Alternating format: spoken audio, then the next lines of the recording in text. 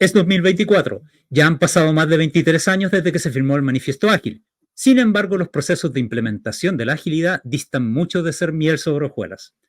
Hay mucha fricción, tanta que no pocos de estos procesos fracasan. Es en este contexto que Agilidad desde las trincheras surge como un espacio seguro para identificar y analizar patrones o antipatrones que se hayan presentado en procesos de transformación ágil reales, en organizaciones reales y con personas reales. Mi nombre es Juan Riquelme, soy AI Coach, ingeniero informático de profesión, y en la conversación de hoy nos acompaña Boris López. Boris, ¿quieres presentarte, por favor? Sí, claro, hola. Gracias por la invitación, Juan. Más conocido como para mí Paracoto. Bueno, tengo 34 años, sí, bien digo. Soy líder técnico en una empresa de logística y de distribución. Llevo trabajando en el mundo del desarrollo de software más o menos como 13 años y de esos 13 deben ser unos 5 como líder técnico de equipos de desarrollo de software en general. Perfecto. Una amplia trayectoria en las trincheras, me imagino. Supongo que tienes hartas historias como para relatar acá, historias de fricción, procesos de implementación ágil que costaron mucho. ¿Qué nos puedes contar de eso? Mira, recuerdo uno que estuve trabajando en un banco hace un tiempo atrás. Duró muy poco esa experiencia porque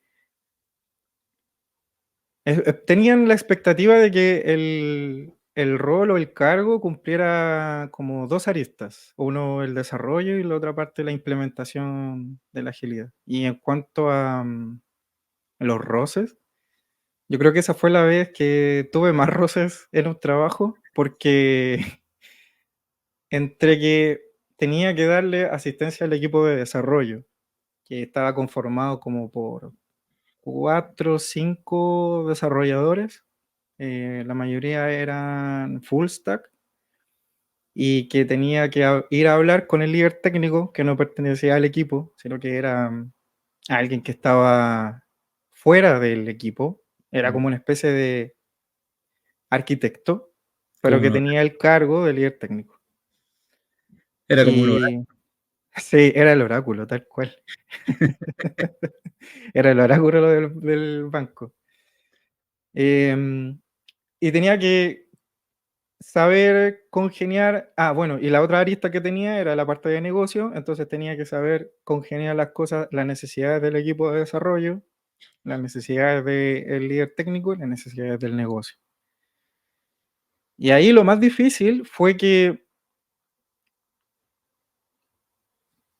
en general las expectativas que habían con respecto a las fechas a las entregas tenían que estar acompañadas de fechas.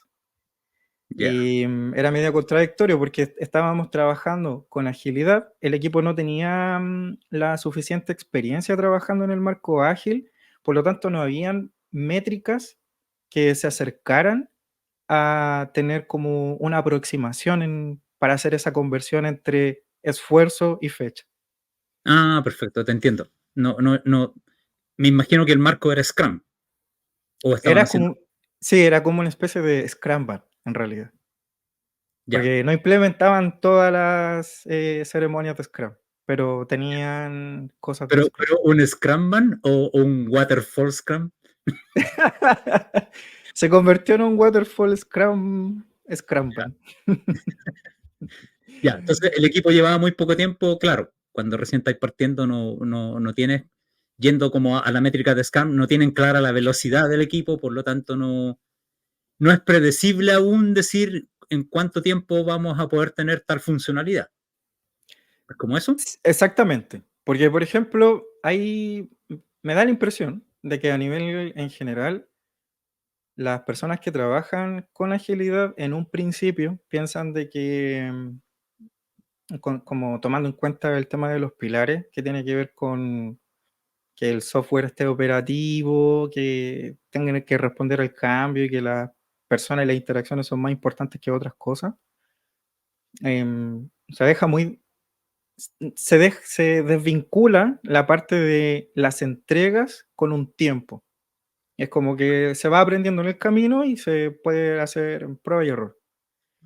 El tema es que igual, en mi experiencia, me ha pasado de que siempre hay alguien, sobre todo si estás en una empresa relativamente grande, más de 2.000 personas, por ejemplo, siempre va a haber un ejecutivo o un inversor o alguien que esté más arriba que espera una fecha. Claro, Entonces, adaptar, tener las métricas necesarias para,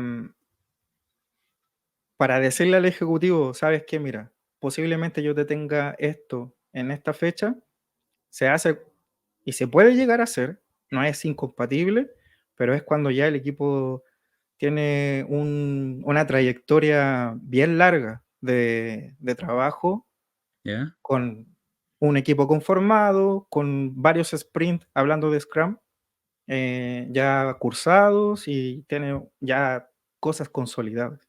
Ahí tú podrías empezar a pensar ya, bueno, este punto de esfuerzo equivale a 3 días. Si lo multiplicas por tanto, a lo mejor te puede dar una fecha, pero hasta que eso no pase es difícil.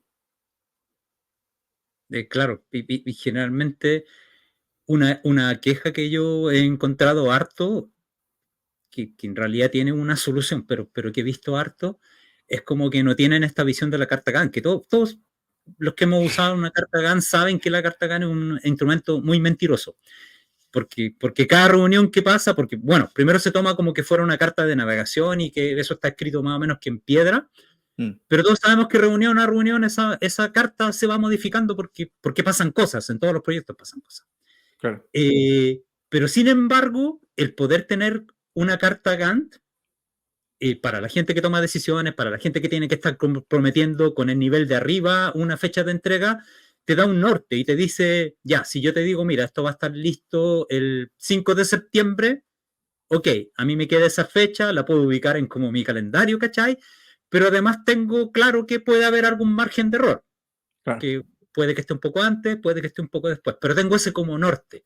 claro. Pero lo que yo he visto en implementaciones ágiles, que como que tú dices fecha y te pegan en la mano, que es como, no, esto es agilidad, no hay fechas, pero si las fechas son inherentes a los negocios, pues ya, supongamos que trabajamos en una empresa de telecomunicaciones y la Subdere, no recuerdo cómo se llama, la dirección de telecomunicaciones dice que hay un cambio, que esto ocurrió, el cambio de numeración. Ahora hay que Claro. agregarle un dígito y eso tiene que estar listo tal fecha. Es Mm, como, ahí hay una fecha, mira, existe.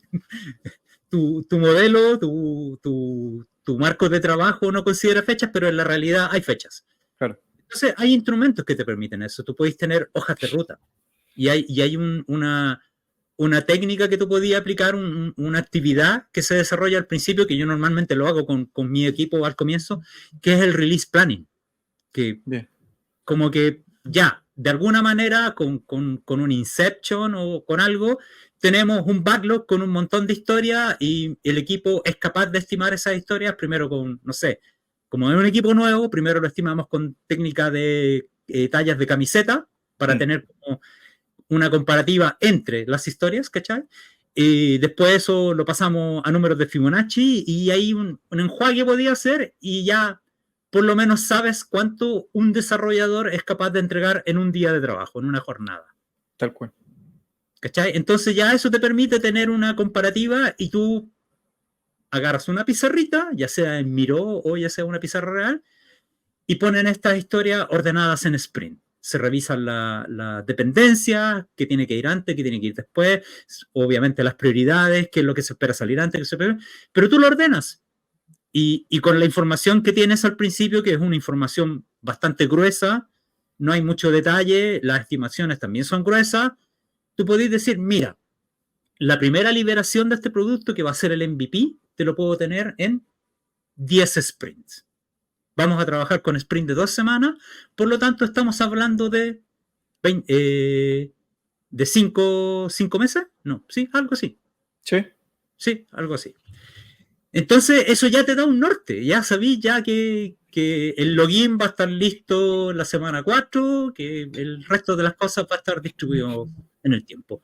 Y obviamente, como la principal virtud de la agilidad es poder adaptarte a los cambios, eso también puede cambiar, pero ese gerente que estaba en esa reunión y que vio esto, ya tiene algo que no es el 5 de septiembre a las 3 de la tarde va a estar listo, no.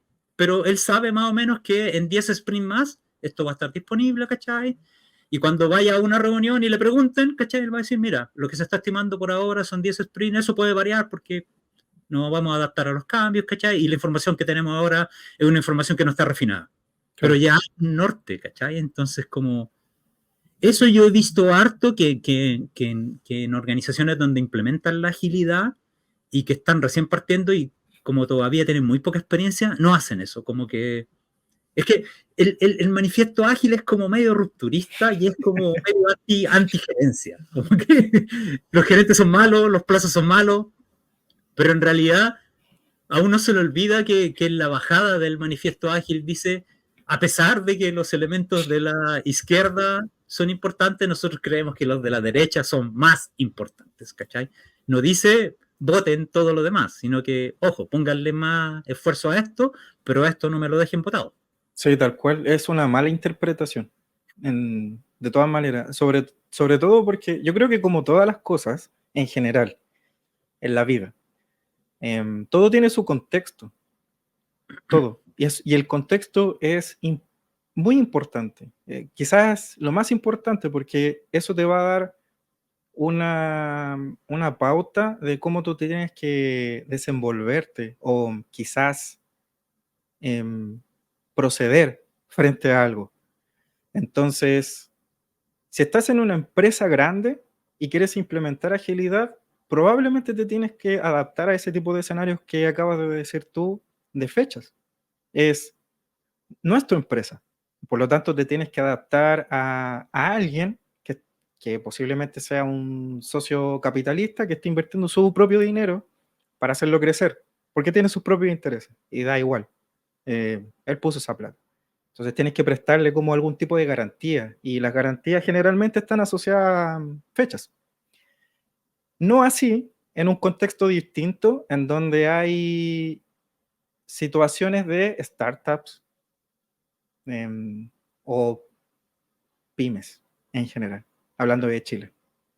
Entonces, ahí a lo mejor en ese contexto sí estaría permitido no hablar de fechas porque la inversión que estás haciendo no es tan grande, probablemente sean una o dos personas que estén invirtiendo y sean socios y amigos o conocidos de mucho tiempo. Entonces existe esta relación de confianza un poco más personal. Entonces se podrían hablar ellos más fácilmente sobre problemáticas que estén pasando en la empresa. Y a lo mejor ahí sí está más permitido el tema del error, por ejemplo, y de estas desviaciones que podría generar en términos de entrega, sobre todo en el desarrollo. Porque bueno, están inmersos todo el día sobre para dónde va la empresa, cuál es el producto y probablemente estén empapados de esa información. Pero un gerente ejecutivo de una empresa de 2.000 personas o más, que lo único que hace es dirigir y no tiene mucho contacto con las partes de abajo, claro, no sabe, no entiende y no está inmerso en todas las situaciones que pueden pasar, sobre todo, y yo creo que contextualmente es lo más importante, es que no siempre las empresas son empresas tecnológicas en su rubro core.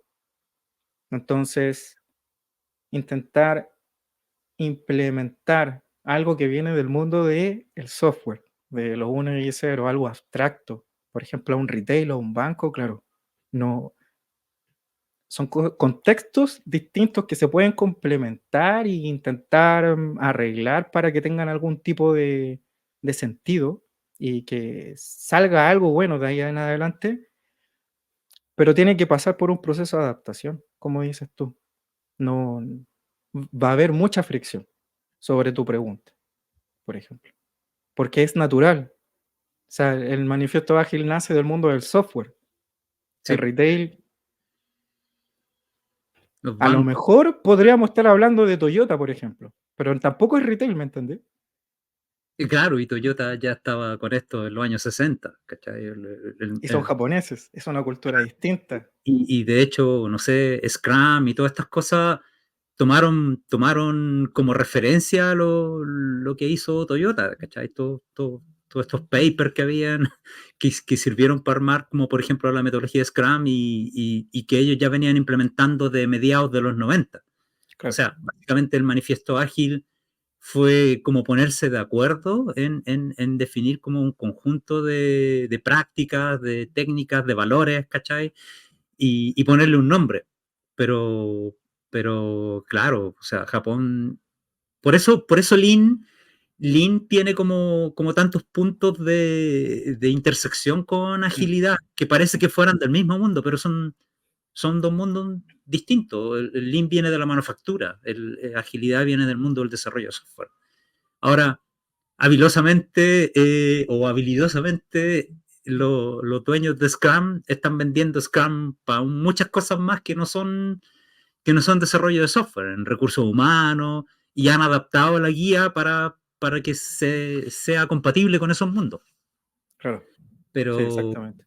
pero claro, lo que dices tú, de que esto nace desde un mundo computing, por ponerle un nombre, si lo vaya a implementar en una organización grande cuyo core de negocio, a pesar de que Amazon diga que todas las empresas son de desarrollo de software, su core de negocio, no sé, es vender ropa, su core de negocio es otra cosa, son Exactamente. supermercados. La computación o el software son herramientas nomás, no son el norte. Entonces, si la iniciativa de implementar agilidad no viene desde lo más alto de la organización, es muy difícil que funcione, Exactamente. Sí, porque muy de claro, acuerdo con eso. en esta misma conversación nosotros estamos usando un lenguaje técnico que la gente que no está familiarizado con esto probablemente no va a entender muchas cosas de las que estamos diciendo. Sí, Entonces, tú llegáis con esta idea de gente que desarrolla software y se la comentáis a los gerentes de negocio, no te entienden nada. Entonces, como no te entiendo por qué voy a implementar lo que me estáis pidiendo. Yo estoy acostumbrado a que me entregan un Excel que tiene una carta GAN o me entregan un project, ¿cachai? Y eso es lo que yo uso. ¿Por qué ahora me quitan eso? Ya no tengo claro. control, perder el control. No me gusta Sí, perder el control. Me sí. da susto. Claro. Además, es que igual yo creo que es innato en todas las personas. Compartimos esa, en- tal vez en más o menos medida, pero compartimos cosas porque somos humanos. Y el perder control de las cosas es un tema psicológico, sin ser psicólogo, obviamente, que está presente en todos. Y lo más probable es que esta gente que ha dedicado toda su vida a solamente a invertir y cosas relacionadas a la inversión de dinero, probablemente una de sus grandes preocupaciones sea el control para que las cosas vayan como esperan, en el fondo. Exacto. Porque además se están arriesgando mucho, según los valores propios, obviamente morales que cada persona tenga, pero probablemente en ese sentido ellos tengan valores morales muy arraigados al valor del dinero, por ejemplo. Y a lo mejor para ellos sí es importante y perder el control en ese sentido les puede costar caro, porque una empresa puede cerrar, por muy grande que sea. Bueno, de hecho, en mi experiencia, una de las primeras empresas donde trabajé era de un rubro bastante distinto al del desarrollo de software normal. Hacíamos multimedios para niños, ¿cachai? Mm, Autoría, ¿cachai? mm, Software que se vendía en CD-ROM en Europa, en Estados Unidos, por todos lados. Pero software que era muy caro de producir. Era como pensar en levantar una serie de dibujos animados. Tenía ahí unos equipos muy grandes, mucha gente. Entonces, claramente para poder partir con eso, necesitaba ahí espaldas financieras. Entonces, había gente que invertía plata en esto, pues, ¿cachai? Y eran como grandes empresas, ¿cachai? De pronto estuvo metido uno de los grupos editoriales más grandes de Chile compró parte de esto, ¿cachai? Y eran los que ponían las lucas. Entonces, sí, el software que desarrollábamos era maravilloso, Mira, pero, pero siempre era la broma que eran como guagua, pues, nos demorábamos 9 meses en sacar un CD. era un hijo. Estar por un mercado tan chico como el de Chile, teníamos que salir fuera, ¿cachai? Porque Claro. ni aunque lo regalarais, ¿cachai? Lográis entregar la cantidad de copias que necesitáis para poder que fuera financieramente sostenible. Entonces, claro, llega un minuto en que los inversores se empiezan a poner nerviosos y empiezan a apretar, ¿cachai? Acá los inversores era gente conocida, pero bueno, conocida de los dueños de la empresa, pero por ejemplo, como nombraste tú las startups de repente salen a bolsa. Sí. Y tenéis como el caso de Amazon, que Amazon partió como una cuestión que era en un garage y realmente estaba en un garage. Un gallo que vendía libros solamente a través de correo electrónico. Así No es. era más que eso. Y él fue creciendo y ese era como pensar en mínimos productos viables. Sí, eso sí es un mínimo producto viable, vender libros por un correo electrónico. Y esa cuestión empezó a crecer hasta llegar a niveles grandes, hasta salir a bolsa, que tenía su cuartel general, creo, en Seattle, ¿cachai? Y había como gente grunge invirtiendo plata en la empresa, pero ahí estaba el talento también de Jeff Bezos para mitigar la ansiedad de los financistas, pues, ¿cachai? Sí. Sí. Porque todos quieren la plata de vuelta, pues, bueno, te pasé plata. Aunque lo veáis como con Family, Friends and Fools, en algún minuto tus amigos, tu familia y los tontos a los que te pasaron plata van a decir, ya, pues, bueno, tú me dijiste que esto iba a ser bacán, que iba a explotar, esta empresa iba a ser una de las Forbes 500, ¿cachai? ¿Por qué no está a mi vuelta? No, si es que hay que esperar. Y Amazon esperó caleta. Fueron muchos años en que perdió plata, ¿cachai?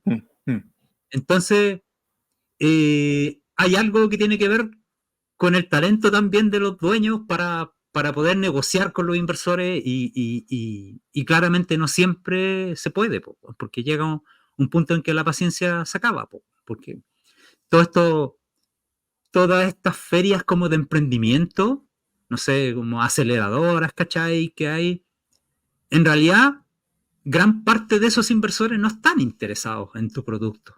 No les importa lo maravilloso de tu emprendimiento.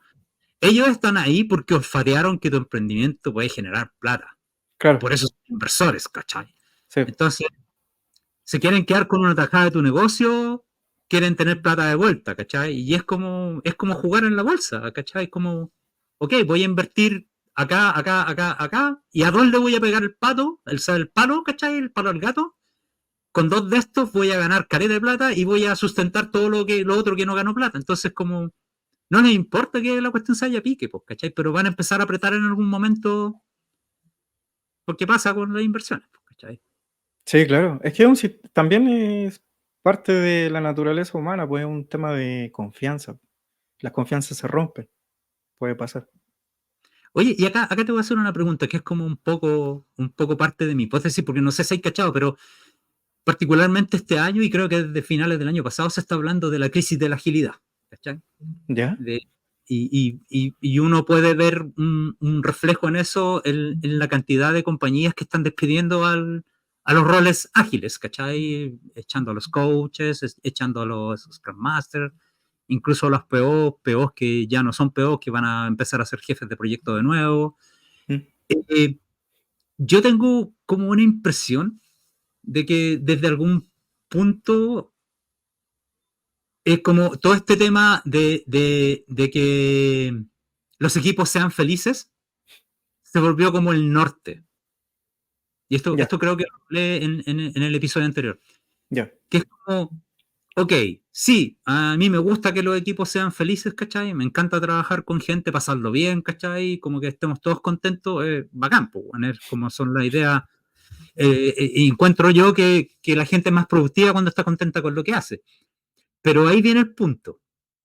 Los que llevamos equipos, los líderes, o incluso marcos de trabajo como estos, que buscan la felicidad de la gente, no están buscando la felicidad por la felicidad, están buscando la felicidad porque gente que es feliz trabaja mejor y genera mejores productos, por lo tanto hay más ganancias para la empresa y hay clientes contentos.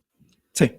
Pero me da la impresión de que como que se quedaron en la primera parte nomás. Como que los Scrum Master ya olvidaron la parte técnica, Mm, olvidaron de fomentar buenas prácticas de desarrollo de software, por ejemplo, que es un poco la pega que también hacen los líderes técnicos, que es sí. como, tú opináis como lo mismo, ¿no? Sí. No estaba enterado sí que había una La crisis, crisis de la agilidad. como en particular de la agilidad, pero sí veo que tal vez también te enteraste, que había una crisis por la Sí, pandemia en el mundo tecnológico y del software. Había muchas empresas que empezaron a despedir. Por sí, ejemplo, mm, Twitter, Amazon, Google. Creo que pasó a nivel mundial, más que nada porque había una adaptación y también una especie de sobreestimulación del mercado por una vía que no estaba tan explorada, creo yo, que era la compra por e-commerce. por e-commerce, claro. Entonces se potenció mucho la parte de ese tipo de ventas, por ejemplo, en distintos mercados, en distintas industrias, pero porque había un boom, pero estaban sobreestimando muchas cosas y de repente empezaron a despedir a mucha gente. Eso es lo que yo manejo como a Claro, nivel de crisis. como el tema de la transformación digital, así como, Claro, ok, exactamente. retrasaste la transformación digital todo lo que viste, pero llegó la pandemia y tuviste que... esa crisis de la pandemia le pegó también a la industria de los libros. No Sí, hay papel, no hay sí. papel para imprimir libros porque todo el papel que hay, o la celulosa, por decirlo de alguna manera, se está usando para hacer empaques de e-commerce. No había papel, no había silicio para Claro, desarrollar procesadores, no había nada, amigo, parece. claro. Bueno, siguiendo con el tema también de tu pregunta, anidado a eso, con el tema de la felicidad, hay un libro que escribió uno de los fundadores de Google que se llama Eric Schmidt, parece, Sí, sí, creo que sí, con sí, Jonathan Rosinger, algo así, que se llama ¿Cómo trabaja Google? sí. Y ellos relatan la historia de uno de los primeros años, no los inicios, pero sí de los primeros años, cuando Google ya había salido a la bolsa y necesitaban tener ejecutivos de peso, y ellos habían trabajado en Coca-Cola y otras empresas más. Entonces necesitaban gente con experiencia ejecutivo, em, empresarios o que tuvieran una visión empresarial para orientar a Google. Y aquí te lo engancho con la pregunta, porque algo interesante que nombra el libro es que la parte física de las oficinas las adaptaron para que la comunicación y la productividad fuera mayor. Entonces, y ahí nacen todas estas cosas del tema de la felicidad, pero que en un inicio, el origen de eso es lo que tú estabas conversando y que Google lo adaptó por el siguiente motivo.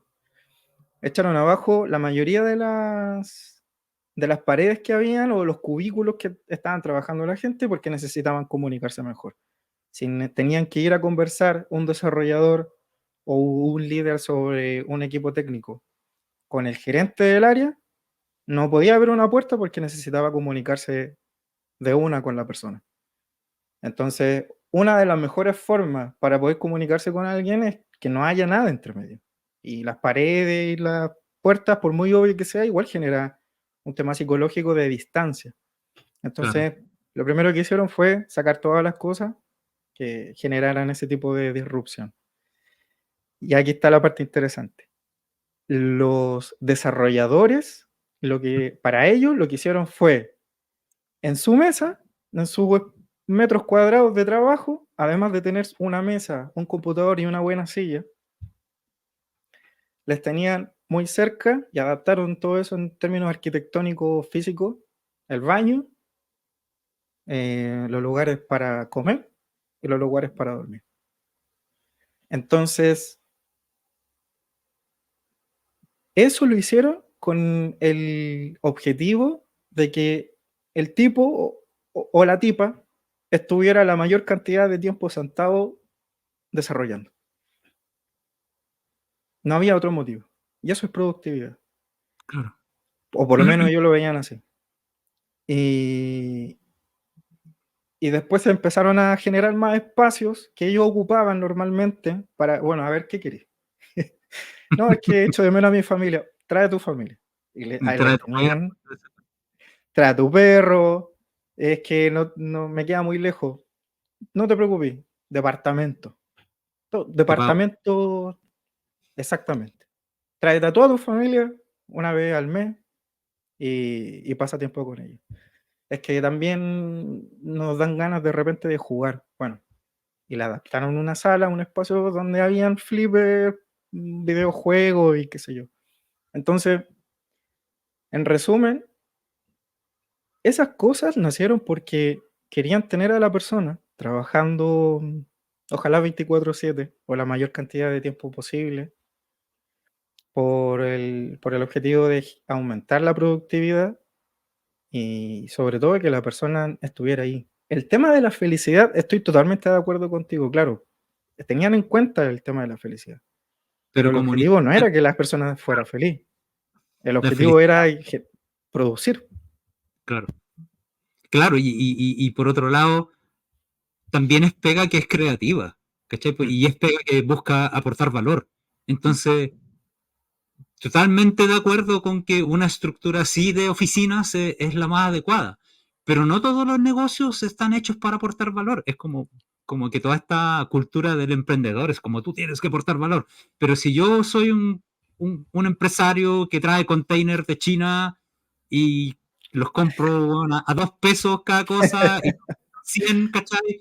Yo no estoy claro, buscando aportar valor, yo estoy haciendo negocio a la antigua, así como la época de Marco Polo, pues, ¿cachai? Estoy como comerciando la más pura. sí. Entonces, claro, no necesito tener gente creativa para esto, necesito tener todo lo contrario, gente que sea capaz de ejecutar algo tal cual como está escrito repetidas veces, ¿cachai? Mm, sí. Entonces, claro que sí, pues claro, como que, pero de todas maneras yo encuentro que como que perdimos el oficio de desarrolladores de software, como, como Buena para mí, palabra la que usaste. porque para mí, Porque, ¿mm? ¿hmm? Este libro del Pragmatic Programmer, para mí fue como, oh, este libro me cayó del cielo, ¿cachai? Es Mm, como te enseña a ser desarrollador, pero duro, ¿cachai? Así es como, pero no desde el punto de vista de, como que no es un tema como explicarte cosas técnicas por lo técnico, sino que te enseña a hacerte cargo, por ejemplo. Viene como en capítulos que toca como un punto como a la vez de qué es lo que define a un programador pragmático, ¿cachai? Y hay un capítulo que a mí me llamó mucho la atención que fue, después caché que fue lo mismo que ocuparon en Nueva York cuando estaba Giuliani, hicieron el Tolerancia Cero, ¿ya? que se llama No dejes ventanas rotas. Y eso es de experiencias como experimentos sociales que se fijaron que edificios abandonados, Mm, cuando tienen las ventanas rotas, los vidrios rotos, como que empieza una reacción en cadena y cada persona que pasa como que siente que tiene el derecho a destruir algo más de eso, como que es más grafiteado, es más como violentado, ¿cachai? Y es como un mm, poco tal vez lo que pasaba en el metro, que el metro previo al Transantiago era un lugar muy de privilegio, ¿cachai? No, la gente más vulnerable o de estratos sociales más bajos no andaba en metro porque era más caro que la micro, ¿cachai? sí. Entonces era fácil limpiarlo, Mm, porque o sea, en esa época tú te subías al metro y siempre te podías ir sentado, porque nunca estaba a su máxima capacidad. Pero desde que empezó el Transantiago, la afluencia de público al metro es notoria y es como claramente es el troncal del Transantiago, ¿cachai? sí, Más que las micros, creo yo. Entonces, de todas maneras. claro, por más empeño en que pongáis en limpiar ese espacio, va a ser muy difícil porque transita demasiada gente que genera mucha basura. A pesar de eso, yo encuentro que el metro siempre está muy limpio, Sí, ¿cachai? Pero yo creo que si no estuvieran permanentemente limpiándolo, tendríamos un basural, así como las películas antiguas cuando mostraban el metro de Nueva York, ¿cachai? Como con grafitis. eso aparece en el Pragmatic Programmer Ya. y es como si estáis modificando el código, estáis agregando tu parte, ¿cachai? La historia de usuario que te tocó y de repente miraste el código y notaste que había algo que estaba malo. Mm, Es como, oh, eso está mal hecho, eso es una mala práctica. mm, No lo dejes así. Tal vez no tienes la disponibilidad para hacerlo en ese minuto porque estamos como con cuestiones urgentes, pero eso debiera ser deuda técnica. Y la deuda claro. técnica se paga. Y además todos los desarrolladores saben que meterse en código mal hecho que es de otra persona puede ser un cacho, porque es como tratáis de arreglar para que quede bien, pero echáis a perder algo más. Entonces Mm, es como que en general si la gente no tiene como este oficio en el sentido de hacer las cosas bien y dejarlas mm, pulcras, mm, es más fácil hacer como que no lo vi y dejarlo ahí, ¿cachai? mm, mm. Y ese libro como que toma el oficio del desarrollador de software y lo lleva a ese nivel, como el de artesano, ¿cachai? Sí, de hecho, algo que te iba a comentar, que me hiciste acordar, que hace un... No sé si se perdió, la verdad, porque puede ser que sea un tema de desconocimiento mío, pero hace un par de años atrás, te estoy hablando antes de la pandemia, se estaba hablando de el desarrollador artesanal. Creo que la palabra en inglés era development, Claro. algo así. Se hablaba como del craftsmanship y, Sí, y, y existían empresas boutique sí, que tal cual. desarrollaban software así muy preciso. Claro. Y por ahí ese movimiento, porque además era un movimiento que Sí, estaban juntando firmas en una página como tipo las firmas que juntó en su momento el Manifiesto Ágil. Para poder, y además tenían su propio manifiesto. Em, no sé si se perdió, porque como te repito, a lo mejor es algo de desconocimiento mío, pero me da la impresión de que ese tipo de eh, movimientos o ideas que nacen en una época muy específica se van perdiendo porque nacen, te va a molestar mucho con el tema del contexto, pero nacen en un contexto muy específico, de necesidades o de ideas muy específicas. Antes, antes de la pandemia había mucha inversión, pero que nacía de una pyme. Ahora, post pandemia, posiblemente sí existan todavía inversiones de pyme, pero no tantos como lo estábamos viendo antes, que nacía una pyme cada cierto tiempo. Entonces, esos movimientos, esa idea de conservar y hacer cosas muy específicas con un cuidado muy específico, creo que era el reflejo de una época que estábamos viviendo. Hoy día estoy de acuerdo contigo que se ha perdido mucho y en parte también creo que ha aportado mucho estas empresas que son, em, que forman desarrolladores en un tiempo muy corto, Bootcamp, por ejemplo. las bootcamps, tal cual. Creo que se Que ha perdido hay algunos bootcamp que son bien buenos, pero creo que el problema de los bootcamp también es que saturan el mercado. Saturan el mercado con perfiles porque lo que yo he visto es que no hay suficiente mercado para absorber esa cantidad de desarrolladores que están saliendo, ¿cachai? Que sí, es como, además que a mí me da la impresión de que los bootcamp es algo que está bueno, solamente de que no todas tienen la intención de formar a un buen profesional. Muchas probablemente, sin conocer, bueno, sí conozco algunas acá en Chile, pero sin conocer una desde dentro, para hablar con autoridad. Es una opinión personal. Que lo ven más que nada como un negocio, porque tienen como una especie de inversión segura, porque forman a alguien que después esa persona les tiene que devolver la deuda por el que ellos estaban invirtiendo para poder enseñarle, buscarle su primer trabajo y ese tipo de cosas. Entonces, como que tienen la, la retribución asegurada. Y no tienen en el centro la formación.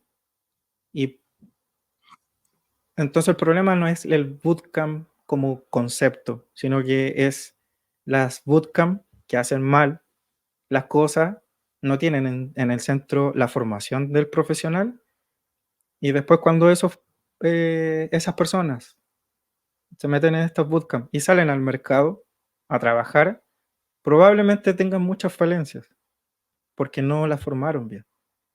Y claro, es como, hay como tal vez una falsa expectativa en lo que te venden cuando entras en un bootcamp, porque es como, De todas maneras. métete a este bootcamp y en 6 meses te voy a dejar como desarrollador full stack de JavaScript. Claro, y Y mira es el como, mercado del desarrollo.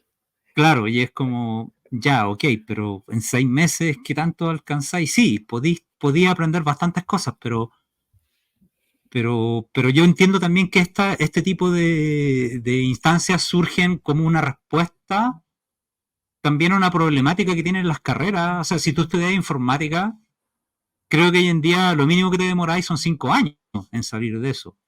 Pero Sí, claro, la formación de ingeniería informática no solamente es enseñarte a programar. De hecho, por lo menos yo recuerdo en mi carrera, tal vez tuve una ayudantía donde me enseñaron algunos rudimentos de un lenguaje, pero era como ya, vamos a aprender a manipular archivos, vamos a aprender base de datos y la tarea es en tal lenguaje. Apréndanse el lenguaje ustedes, ¿cachai? Como, claro. entonces, lo fuerte de la ingeniería está como en resolver problemas de la vida real usando ciencias, ¿cachai? Y te De ahí viene machacan la la cabeza palabra. a resolver problemas y en ser ingenioso en resolver Exactamente. problemas. Entonces, claro, no se trata solo de saber programar, pues tenéis que tener una mente preparada para enfrentar y abordar problemas y buscar una solución que sea la más adecuada o una solución suficiente. ¿Sí? Mm. Sí, en este momento se me ocurre como esos dos ejemplos simplemente de por qué podría estar pasando lo que me acabas de preguntar, Y, de cómo está baja. y yendo como un poco como a las causas, una de las cosas que a mí también me interesa y que por qué hice este programa es como relevar tal vez patrones y antipatrones que puedan detectarse en todos estos procesos. Por eso invito a gente que tenga hartas áreas de batalla, ¿cachai? Que haya pasado por distintas empresas, que ojalá en distintos roles o en un rol en particular. Mm. Eh, ¿Has podido identificar patrones o antipatrones que hagan que las cosas sean más difíciles, que provoquen más fricción? Sí, ¿Y antipatrones como... cuál crees tú que sería el peor? Porque mira, en el Mm, libro Las 5 disfunciones del equipo de Patrick Lencioni, mm. él menciona que la disfunción más grave de todas es la falta de confianza. Que como cuando tú llevas equipo, si no hay confianza, ahí ya como que no podéis construir nada. De todas maneras. Yo estoy totalmente de acuerdo con eso, pero en tu experiencia, ¿qué otra cosa has podido detectar que como que tú dices, oh, esto también me pasó en esta otra empresa?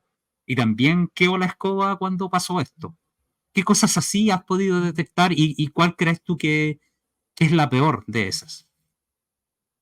Cuando se invierte y se contrata personas que desarrollen, en mi caso, el software, y no hay un objetivo claro. Ya, Es lo más recurrente. Los objetivos son súper importantes, no solamente porque te marcan una meta, que yo creo que como realización personal es súper importante. Paréntesis muy cortito. A mí lo que me motiva y probablemente lo que compartimos las personas que trabajamos en software es que creamos algo que no existe o lo hacemos crecer. o lo mejoramos. Entonces, y en muy corto tiempo. Por ejemplo, un arquitecto posiblemente sienta lo mismo en términos de sensaciones.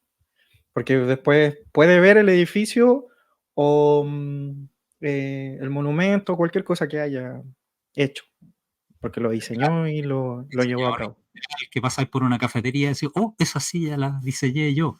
Claro, exactamente. Entonces, esa satisfacción de tener algo va acompañada de un objetivo. El objetivo tiene que existir para poder completarlo, pero el proceso es súper importante. Y vas a saber si vas bien en ese objetivo, o sea, vas a saber si vas bien en lo que estás haciendo, siempre y cuando exista ese objetivo y algo claro. Entonces, algo que se repite mucho en las empresas es que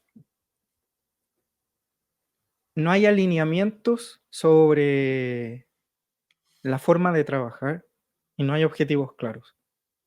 Simplemente son sensaciones y opiniones subjetivas de alguna jefatura, algún ejecutivo que quiere llevar a algo, porque, porque lo cree así, cree que es lo mejor, Claro, pero a veces no llega. que tener equipos desarrollando software en modalidad de células era lo que había que hacer. Así, ahora, Porque ahora estaba tenemos, de moda. claro, y sí, porque así vamos a terminar más rápido.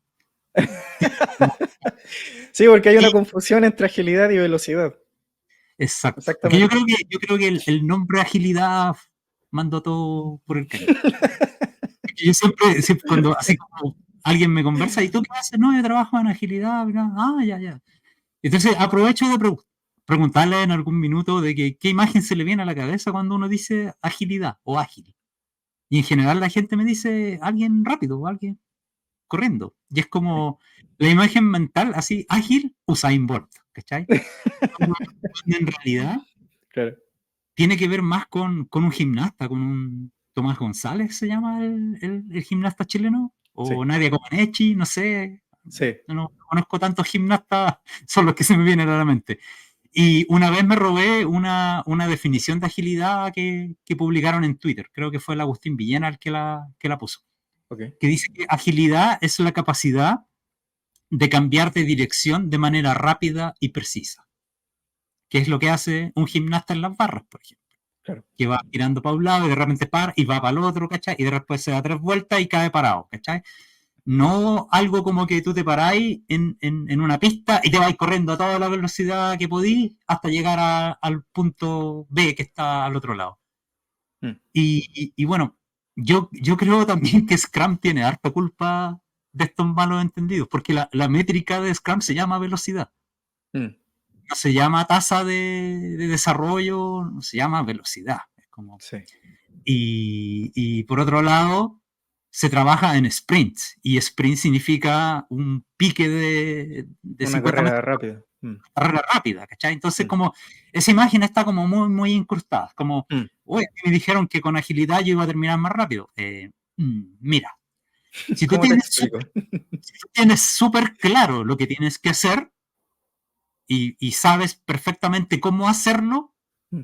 la verdad, no sé por qué estás implementando agilidad. Simplemente hazlo. ¿Cachai? Do it, como decía. Eh, agilidad se implementa porque no tenemos claro lo que tenemos que hacer. Mm, Por lo tanto, lo tenemos que hacer de manera barata, de manera rápida, liberar un pedacito, probar en el mercado qué pasa con esto, tomar retroalimentación y continuar. mm. Si estabas en lo correcto, perfecto. Vaya a continuar desarrollando sin tener que hacer ningún cambio. Pero si estabas equivocado, tienes que recular, tienes que hacer cambios. Por lo tanto, entre más cambios tengas que hacer, más te alejas del plan original. Y esa es como la capacidad de la agilidad, de que podías adaptarte. Claro. Saqué esto al mercado y no funcionó. No lo compró nadie, a nadie le gustó. Estamos Mm, equivocados. ¿Es que estamos equivocados? Ya, diseñémoslo de esta otra manera. Sacamos de nuevo al mercado. ¿Cachai? Entonces, al final, si falláis mucho, podéis sacar como 3 intentos de producto al mercado antes de sacar el producto real. claro. Si estáis en lo correcto, saliste la primera vez y saliste aportando valor a la primera. Pero si tiene que ver con cuánto te tengas que adaptar. Si te tienes que adaptar mucho, puede que incluso sea más lento que desarrollarlo de la manera como lo hacía ya antes, que es con cascada. Con la diferencia que con cascada, no sé, te vaya a demorar tanto tiempo, pero el producto que haya a sacar al mercado tampoco va a servir, porque nunca lo retroalimentaste, ¿cachai?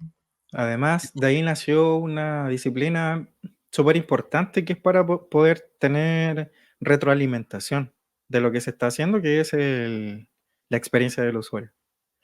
Exacto. UX.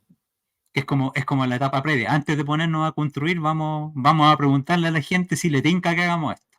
Por ejemplo. Y si le tinca, ya, ok, le Sigamos. tinca. Pero ¿cómo le gustaría que lo hiciéramos? ¿Cachai? Entonces, claro, es súper importante eso. ¿Y tú has tenido experiencia de UX en tu equipo? ¿Has tenido gente de UX? Sí, la más cercana que tuve fue en un retail que vi que se implementó UX casi de libro. O sea, fue lo más cercano que vi a la literatura, en donde después de una cantidad de sprints se llegó al mínimo producto viable y se salió a testear con usuarios reales porque ya estaba en producción. En el mundo real, claro. Exactamente. Entonces ahí yo dejé mi rol de desarrollador y salí como una persona normal a encuestar a los usuarios y preguntarles sus apreciaciones sobre lo que habíamos desarrollado. Y anotábamos literalmente en Sí. hojas cosas y bueno, igual, como te dije, es una disciplina. Entonces, hay muchas reglas también que cumplir para que generar una buena cantidad de datos para poder después desmenuzar y hacer correcciones. Entonces, hay alguien que tiene que tener ese rol. Eso es lo que te quiero decir. Entonces, había alguien con ese rol que nos guiaba y nos decía, ya mira, la encuesta va a estar enfocada en esto. Las preguntas tienen que ser así. No lo puedes guiar. Solamente le tienes que decir, preguntar cosas sobre lo que está viendo o sus opiniones y así. Entonces,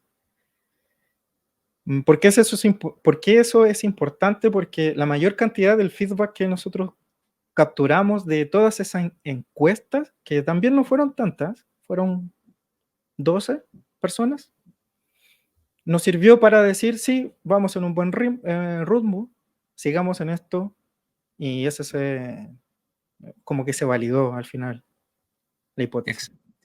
Excelente. Me gusta la gente de UX. Además que se cruza Son pragmáticos. El tema de desarrollo guiado por datos, ¿cachai? Claro. Y temas de estadísticas, ¿cachai? Que es como interesante. Nunca imaginé que me gustaba tanto la estadística. Recuerdo que cuando lo tomé en la universidad pasé así, pero rajuñando. pero entretenido. De hecho, sigo un podcast que se llama A mí no me han encuestado. ¿En serio? ¿Existe? Bueno. Hay un podcast padre que se llama Democracia en LSD y tienen esta patita con dos expertos en encuestas, que es bien interesante. Como te hablan de encuestas, no sé, de temas de las encuestas como políticas, de todo tipo, de metodología. No, es bien interesante. Qué buena. Es que la gracia que tienen las estadísticas es que te permite abstraer situaciones, escenarios, cualquier cosa en algo cuantificable. Y puedes tomar decisiones en base a eso. Sí, es la idea. Y conectándolo con lo que estábamos hablando, es algo que tenemos arraigado de nuevo porque somos humanos. Entonces tenemos sensaciones. Y el tema es que de repente que te digan que tu software no sirve para nada, te pega duro. He trabajado 5 meses en esto y no sirve de nada. Claro, señor, me esforcé en esto, trabajé hasta las 3 de la mañana. En historia antigua, como que vi muchas veces, no recuerdo si algún producto en el que yo me haya trabajado así, como que haya invertido mucha sangre y sudor, pero sí recuerdo haber visto muchas veces el caso de un desarrollo de un producto, que el producto salía a producción y que después nadie lo usara. Claro. que lo usaron al principio, pero a los usuarios no les gustó, Mm. porque era mejor el que tenían antes, ¿cachai? Y que finalmente quedó ahí botado. Y es como esos son ejemplos espectaculares para decir que Cascada es malo.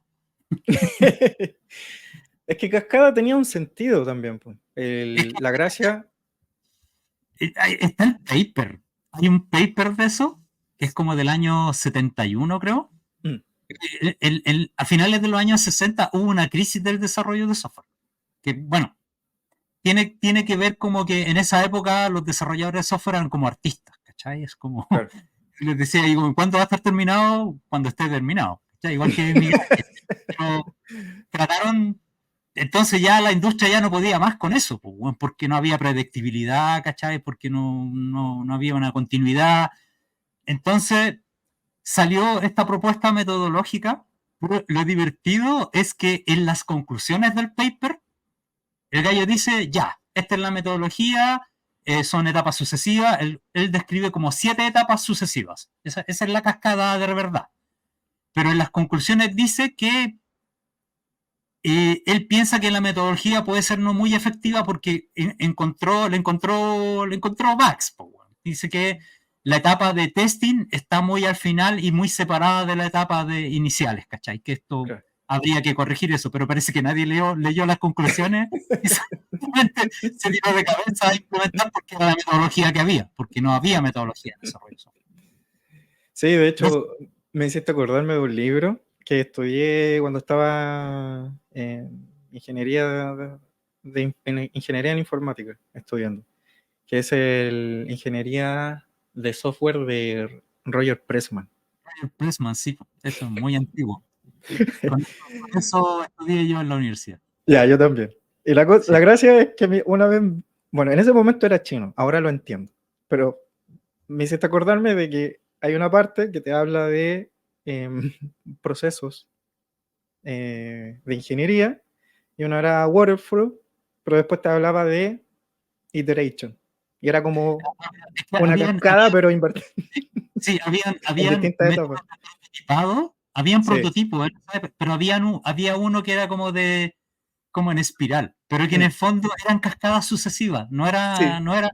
De hecho, suele confundir la gente que como que está entrando en agilidad o como que le nombran agilidad, suele confundir eso con prototipo o con ese cascadas sucesivas, porque no es así. No funciona de la misma manera. Sí, tal cual. Además, en ese sentido, sobre todo en ese libro, lo que marca es una presencia fuerte de procesos de ingeniería que son aplicados al mundo del software, que tienen milenios posiblemente de desarrollo, de cómo las cosas desde el punto de vista de una ingeniería se tienen que aplicar. Y ese era el contexto del libro. Entonces, claro, desmenuza la cascada y te dice, mira, esto se puede hacer así con estas condiciones. Pero si no te gusta y no se adapta, vienen estas otras cosas. Yo creo que el problema ahí fue como que construir se ocupa como sinónimo de desarrollar, como la etapa de producto. Entonces las primeras metodologías como que tomaron como ejemplo la ingeniería civil. Entonces dijeron, ya, esta cuestión es construir. Vamos a construir cosas intangibles, pero apliquemos la misma metodología que para construir un puente o construir un edificio. Sí. Ya. Entonces yo lo que pregunto es lo siguiente. Así como traten de imaginar la obra de ingeniería grande, así, una obra de ingeniería que requiere disciplina. ¿Cuál es la más antigua que recuerdas? Y en general, como que lo que sale son las pirámides de Keops, las pirámides egipcias. Y si tú miráis, el año de construcción de esa weá es como menos 2500 antes de Cristo. Si le sumáis los 2020 años que tenemos ahora, son como más de 4500 años. O sea, estamos hablando que la disciplina de la ingeniería civil o la arquitectura tiene más de 4500 años de antigüedad. A eso me refiero. Vámonos a la disciplina del desarrollo de software. Así, haciendo memoria para atrás. ¿Cuál es el primer computador que tú podrías llamar así, con todas sus letras, computador? Probablemente el ENIAC. Yeah. Y el ENIAC es como después de la Segunda Guerra Mundial. O sea, en el fondo, la disciplina de desarrollo de software no tiene más de 100 años, tiene menos Claro, de 100 años, comparado con algo que tiene más de 4.500 años. sí, Lógico que no son iguales, lógico que no se traducen de la misma manera. Además, las velocidades de cambio de esto, el software cambia exponencialmente, ¿cachai? De un sí, año para el otro. O sea, el año pasado o el antepasado no había ChatGPT, pues, weón. Ya no tenía un ChatGPT en llamas, ¿cachai? Conversando con la gente en la casa. mm, Y es como hace un año y medio no te imaginabas que eso lo ibas a tener en la casa. O sea, tú te mm, imaginabas que eso estaba en universidades como muy prestigiosas, en el MIT, en la NASA, no sé, ¿cachai? claro. Pero no te lo imaginabas que ibas a poder estar conversando con el computador de la manera que conversáis ahora. Y eso que ni siquiera es solo generadores de lenguaje nomás, no estamos hablando de inteligencia general, O que los automóviles se conduzcan solos, que se en los conduzcan Tesla, solos, por ejemplo. claro, ¿cachai? Mm. Entonces, son cosas que no son comparables, pero lamentablemente el desarrollo de software, si lo miráis superficialmente, parece como armar Lego, como piecitas de Lego que vais construyendo y le vais poniendo una arriba de otra, ¿cachai? Y de la misma manera pensáis que si sacáis un desarrollador y lo ponéis en otro proyecto, no pasa nada, va a continuar todo con el mismo nivel de productividad que vea, cuando en realidad no es así. Claro. O cuando te dicen, oye, el proyecto está atrasado, ya, ¿y te puedo pasar 2 desarrolladores más? No, pues bueno, porque se va a atrasar más, porque los canales de comunicación se complejizan, porque hay tiempos de inducción, ¿cachai? Porque no solo basta que él sepa Java, tiene que conocer el negocio y tiene que conocer este lado del negocio porque él trabajaba en este otro lado, ¿cachai? Claro. Entonces, no es lineal la cosa. También te voy a hacer referencia a otro libro, el del mismo autor del Clean Code, ¿Ya? de Robert C. Martin, Tío Bob. el tío Bob, claro. El tío Bob, hace un tiempo atrás, muy poco, un par de meses, me conseguí el libro de Clean Architecture. Ah, sí, Ya. no cacho. Es, es como la extensión del Clean Code más Tiene varios, generalizado. tiene varios clean algo. Sí. Y él en la primera parte de los capítulos dice que el software tiene dos características que le dan valor, porque es algo intangible, no existe, Sí, es algo, está compuesto por dos palabras en inglés que es el soft y el ware. Entonces el soft es algo moldeable, suave, así lo describe él. Por lo tanto, ¿qué lo hace que él tener valor? A diferencia, él también ocupa la analogía del edificio, a diferencia de un arquitecto que construye edificios o cualquier otra cosa. Y él dice, el software tiene valor por dos cosas, porque es estructurado y porque funciona. Entonces, ¿qué te quiero decir con eso? Que me da la impresión de que la parte ingeniería y la parte estructural van de la mano. Sí, sí, sí funciona bien, porque la ingeniería te da pautas para hacer sí, cosas claro. y te da un orden y por lo tanto puedes construir cosas y tener una estructura física, o sea, una Podéis construir estructura. algo que se va a sustentar y que no se va a desarmar cuando le agregué algo arriba, ¿cachai? Exactamente. Y ahí yo creo que está perfecto. El problema es cuando le agregas la parte funcional. Porque tú sabes que un edificio tiene que funcionar porque tiene una cantidad de pisos y espacios, de metros, lo que dijiste tú, pues eso ya está recontra probado, sin saber mucho sobre el tema, sin ser arquitecto de ese tipo de construcción. Uno sabe más o menos qué es lo que implica, que hay una cantidad que se puede medir en metros cuadrados y todo lo demás. Pero la parte funcional del software es tan nueva, como dices tú, que no hay un consenso sobre cómo se mide eso. Entonces yo creo que por ahí hay muchos problemas también. O sea, de hecho, siguen apareciendo un montón de marcos de trabajo distintos. Es como si soy una persona que está constantemente leyendo, bueno, te volvís loco, po, porque ya es como Una semana, oh, esto está súper bueno, bueno, y la otra semana sale otra cosa mejor, ¿cachai? Entonces como te podéis quedar pegado como implementando cosas nuevas todo el rato. Algo que dice sí, el tío Bob es que también la del desarrollo de software sufre muchos contratiempos porque la característica natural de, de las tecnologías de este tipo de implementación van muy rápido. Entonces, probablemente alguien que sea arquitecto de software, por ejemplo, no sé qué tan así sea, pero es algo que él nombra. Probablemente tenga que manejar muchas más variables que un arquitecto que desarrolla algún tipo de estructura física en el mundo real. Sí, Entonces, es difícil adaptarse a eso, a algo que tiene tantos cambios. exacto. Es impredecible, está sujeto a múltiples factores. Puede ser que un edificio tenga también muchos factores, pero el software tiene probablemente muchos más que las condiciones climáticas para que el concreto se seque, por ejemplo, y sea algo firme. A lo mejor esas variables ya están bien contenidas y se saben. Ya hay ciencia detrás de eso que lo respalda. Pero aquí las ciencias de la computación, de repente tú puedes hacer algo perfecto desde el punto de vista de la ingeniería, pero si al usuario no le gusta Claro, o sea, y se te tiene que adaptar al computador, que el concepto de experiencia de usuario es relativamente nuevo. exactamente.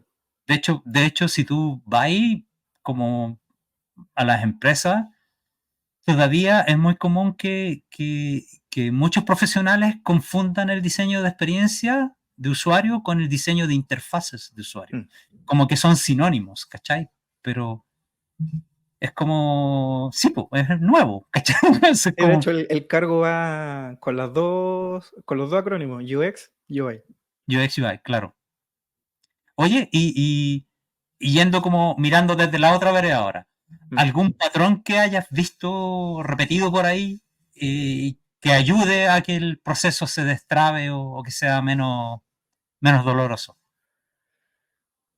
Las habilidades blandas de las personas que no sé si eso es un patrón, pero por ponerle un nombre, las habilidades blandas de las personas que conforman un equipo Ujú. es, es fundamental. Yo O sea, probablemente sea lo más importante. habéis visto que cuando los equipos tienen esas habilidades blandas, como que todo es más fácil. Exactamente. Sí, Ya. porque ahí de nuevo voy a apelar a mi cuña del principio. El contexto es que somos personas y tenemos que lidiar con distintas cosas porque somos humanos. Todo se hace más fácil si con las personas que estamos trabajando eh, nos gusta trabajar con esas personas.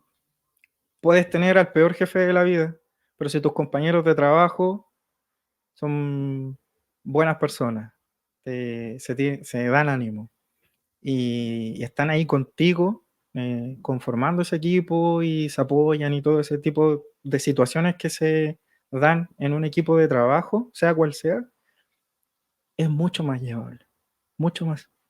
Y eso hace una diferencia psicológica importante para poder hacer que las cosas pasen en ese sentido. Porque al final, de nuevo, somos humanos, no somos máquinas. Entonces estamos sujetos a emociones y otro tipo de cosas. Exacto. Si las habilidades blandas eh, están en el equipo, conversar, buena comunicación, entendimiento, empatía y otras cosas más, están presentes en un equipo, eso es algo que probablemente no te lleve al éxito de lo que estés desarrollando, pero sí al éxito del equipo. Y un buen ambiente de trabajo es parte fundamental, es esas habilidades. Claro. Excelente. Ya, creo que estamos llegando como al final de esto, pues ya nos pasamos un poquito en el tiempo proyectado. No sé si quieres como decir unas palabras al cierre. Vale, mira, yo creo que lo más importante que me gustaría transmitir a la gente que esté escuchando o viendo esto es que siempre tengan en consideración que estamos trabajando entre personas y hacemos cosas a pesar de que haya intereses individuales y objetivos individuales, porque somos también individuos. Siempre es importante tener en consideración de que trabajamos para personas y trabajamos por personas. Es decir, lo que estamos haciendo son personas y lo que para el que lo estamos haciendo son otras personas. Y eso tenerlo en consideración en el día a día hace que las cosas que uno esté haciendo, sea lo que sea en la disciplina que uno esté trabajando, hace que todo tenga un sentido más profundo y con un objetivo más claro de lo que uno está haciendo en su día a día. Bacán. Es como cuando los emprendedores dicen cuál es el objetivo de tu empresa, hacer del mundo un lugar mejor. Por ejemplo, o Google, que antes era no seas malo. Claro, a mí una vez un consultor me dio como una visión parecida a lo que te estás diciendo tú, que se parece también a una escena de una de las tantas películas que hay de Steve Jobs, ¿Ya? en donde que creo que es una historia real, que Steve Jobs le habló a uno de los desarrolladores por un tema como de eficiencia del código que estaba ejecutando. Y le dijo así como, mira, esto que estáis haciendo acá podría ser tantos milisegundos más rápido de lo que está haciendo, ¿cachai? Si tú Sí. sumáis como el contexto de un día, son tantos minutos en una semana, tanto y en un año haya hecho perder al usuario de esta cuestión como 120 horas. Dicen, a mí lo que me dijo este consultor fue, eh, tú tienes que pensar que el software que tú construyes se interpone entre las personas y las 6 de la tarde. Y es como, sí, pues, es como, es verdad, porque la gente está esperando poderse ir a la casa con el trabajo terminado. Si tu software no funciona bien, probablemente esa persona no va a alcanzar a hacer todo lo que tenía que hacer o va a tener que quedarse más tiempo para corregir algún error que el software provocó. Entonces, es como, es el punto y eso es como que creo que tiene que ver harto con todos esos sistemas que fueron desarrollados después de no sé cuántos meses con mucha gente trabajando y que terminaron en el limbo, como que nadie lo usó nunca, porque ni siquiera eran mejor que el sistema que había antes. Sí, Entonces, y sí, ahí yo creo que puedo meter este tema que dijiste tú de la falta de propósito, como tener claro ese propósito. sí. ¿Por qué estamos haciendo eso? A mí me gusta ocupar hartas imágenes y metáforas, pero hay una imagen que siempre escucho que no sé de dónde vendrá, pero te dicen que hay tres personas que están trabajando en la Edad Media y Mm. están los tres picando piedra, ¿cachai? Entonces pasa alguien por fuera y les pregunta, oye, ¿qué están haciendo? Y el primero responde, yo aquí picando piedra, po, como todos los días. Y el segundo le dice, no, no, yo estoy levantando un muro. Y el tercero le dice, no, yo estoy construyendo una catedral, la casa de Dios. ¿Cachai? Y es como poner eso en claro, qué es lo que estáis haciendo realmente, porque pues, a mí, cuando he trabajado mucho con equipos, y hay unas actividades que como que sirven para entender lo ineficiente que es el trabajo multitarea respecto de monotarea. Mm. Y en parte de ese proceso hay que reflexionar sobre cómo estamos trabajando, qué estamos haciendo, y te dais cuenta que la gente está como todo el rato enfocada en la tarea. Sí. Como que lo único que quieren hacer es terminar la tarea. Es como esas actividades que se hacen con Lego, Mm. que buscan, hay una metacognición, lo que buscamos es que entiendan cómo se desarrollan los procesos en Kanban, pero ellos están pegados en hacer la casita con Lego. Sí. Y de repente hay alguien que está explicando y haciendo la bajada de lo que estamos haciendo, pero el loco sigue poniendo los cubitos porque quiere terminar la casita que está haciendo, porque como que el objetivo es terminar la casita, ¿cachai? Mm. Entonces, hay como una manera de ver las cosas que es muy extendida entre mucha gente, porque esta actividad yo la he hecho en distintas empresas, con distintos bagajes culturales, con distintas especialidades, y todo el rato así como enfocado en la tarea, en terminar la tarea, pero sin reflexionar en por qué la estoy haciendo, a quién beneficia, cómo la beneficiaría más. Es como un poco la diferencia entre ser eficaz, ser eficiente y ser efectivo. Así es. Ser eficaz es como ya, pélate esta papa, listo, ahí está, pelá, la terminé. Ser eficiente es como ya, voy a pelar la papa, pero la voy a pelar gastando el menos tiempo posible y ocupando lo menos el cuchillo para que no se gaste. Claro, Efectivo es que la papa le sirve al cocinero para hacer lo que quiere. claro, Entonces, exactamente. es como cambiar ese switch, creo yo. Y Sí, de todas eso, maneras. Mira, hace un tiempo, te lo voy a unir con algo que no tiene nada que ver con tecnología. Me prestaste un libro que se llama ¿De qué hablo cuando hablo de correr? sí, es De muy bueno. Murakami. Es muy bueno ese libro. Ya. ¿Qué pasa con ese libro? ¿Qué tiene que ver con lo que estamos hablando? En principio nada, pero lo que pasa es que el libro, si le das la vuelta y lo llevas a la vida, porque no es un libro de autoayuda, es simplemente una descripción nomás que hace el autor sobre correr, Sí, es que él tiene un objetivo y ese objetivo en algún momento va a tener su meta, que es cuando concluye. Pero el punto de eso es que todo lo que pasa ahí entre medio tiene un sentido. El tema del entrenamiento, qué cosas él aprendió en el proceso y otras cosas más. Esas cosas que él no tiene en consideración en un principio porque era alguien inexperto, lo fue adquiriendo con la experiencia para poder llegar al objetivo. Em, a mí me da la impresión de lo que tú estás describiendo, que lo que pasa en la industria es que hay mucha gente que no tiene experiencia y no considera un montón de factores que influyen en ese objetivo. Y por sobre todo porque para mí la vida en general tiene dos cosas, son muchas más, pero dos cosas como para reducir lo que es el contexto y que es multifactorial. Todo tiene una explicación de distintos puntos de vista y a lo mejor se te puede estar escapando uno. El factor humano, como te lo dije lo que acabo de decir anteriormente, es ujú, importante y estamos trabajando con personas porque también las personas implican un factor a considerar en lo que estás haciendo. ¿Cuántos años de experiencia tiene esa persona? Em, ¿Cuál es su especialidad? ¿Qué habilidades tiene? ¿Qué habilidades no tiene? Esas cosas influyen. Que no se considere es un error ingenieril, si lo queréis ver como más duro.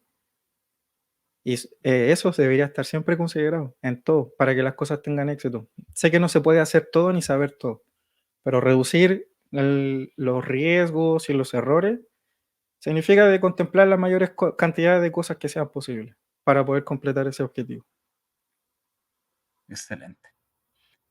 Ya, Boris, llegamos al final de este episodio. Solo darte las gracias por tu participación, muy buena conversación.